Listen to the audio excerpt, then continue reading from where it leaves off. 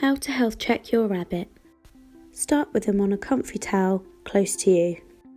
Use your body to support them and start checking them over, checking the eyes, making sure they're clear and bright, looking in the ears, making sure that there's no dirt or any signs of fleas, as they like to live in the hair in the ears, and then brushing the fur in the opposite direction, checking for other parasites.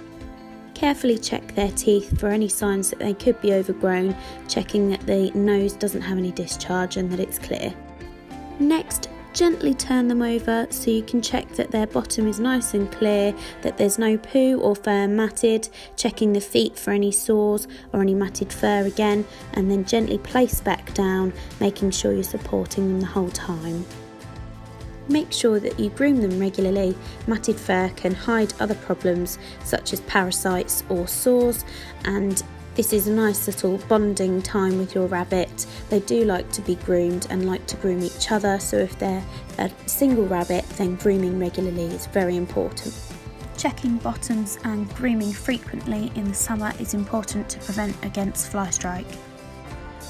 Longer hair breeds of rabbits, such as lion heads like Buttercup here, will need grooming more regularly, and as rabbits get older they can sometimes become arthritic and can't groom all the places that they need to. Another problem where they can't groom themselves is if they're quite overweight, so their dewlap, which can form underneath their chin, can prevent them from reaching all the spots necessary. They molt about twice a year and will need their mats grooming through so their coat can come through nicely. Finally, it's important to check their nails aren't too long. They will need regular cutting. Brushing the fur back away from the nail allows you to check how long they are, making sure you're checking all of them. There's 5 nails at the front and 4 at the back. Make sure that you've always got a hand on them, as they may try and pull their foot away or kick out, which can hurt their back.